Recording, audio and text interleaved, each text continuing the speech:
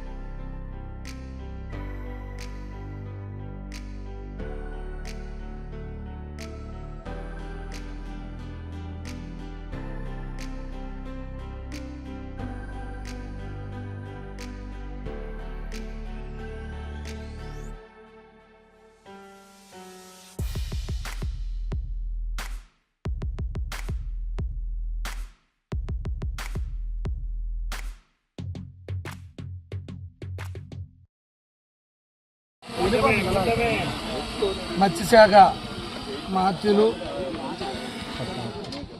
ఇంద్రాపు అచ్చెన్నాయుడు గారు, అలాగే వారు బాధ్యతలు చేపట్టి ప్రప్రథమంగా జిల్లాకు ఇచ్చేసిన సందర్భంగా వారికి ఏర్పాటు చేసిన పౌర సన్మాన సభలో ఆయన చెప్పినట్లుగా బుధవారం నుండి వర్క్ స్టార్ట్ చేస్తామని చెప్పడం జరిగింది. పాలకొండ రోడ్డు అది శ్రీకాకుళం నుండి రైల్వే స్టేషన్ వరకు వెళ్ళేది గతుకులమయంగా ఉండి ఎంతోమంది ప్రాణాలను తీసుకుంది. ఆ రోడ్డుని నిన్నటి నుండి సన్నాహం చేసి ఈరోజు ప్యాచ్ వర్కులు మొదలు పెట్టడం జరిగింది. ఇంకా వీలైనంత తొందరగా యుద్ధ ప్రాతిపదికన ముందు ప్యాచ్లన్నీ కంప్లీట్ చేసి, ముందుగా మేము ఎలక్షన్ ముందు కూడా చెప్పడం జరిగింది, కనీసం గోతులు కూడా కప్పాలని, అదే ఉద్దేశంతో ముందు ఒక 10 రోజుల్లో 15 రోజుల్లో ట్రాఫిక్కి అంతరాయం కలగకుండా గోతులు లేని రోడ్డుగా చేయడమే మా ముఖ్య ఉద్దేశం ఫస్ట్. ఈవేళ వర్క్ కూడా స్టార్ట్ అయింది.